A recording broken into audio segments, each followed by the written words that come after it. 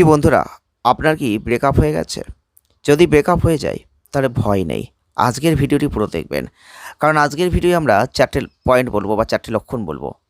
যদি আপনি ব্রেকআপ হয়ে গেছে কিন্তু আপনি আটকাতে চাইছেন, আপনি চাইছেন এই ব্রেকআপটা যেন ঠিকভাবে না হয়, এটা যেন টিকে যায়, তাহলে এই ভিডিওটি কিন্তু আপনার জন্য।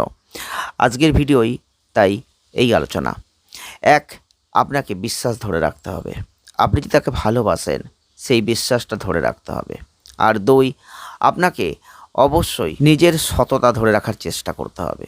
সততা খুব গুরুত্বপূর্ণ জিনিস।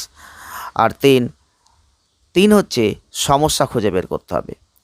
কী কারণে আপনাদের মধ্যে ব্রেকআপটা হচ্ছে, সেই সমস্যাটা খুঁজে বের করার চেষ্টা করুন, কারণ এইটা অত্যন্ত গুরুত্বপূর্ণ।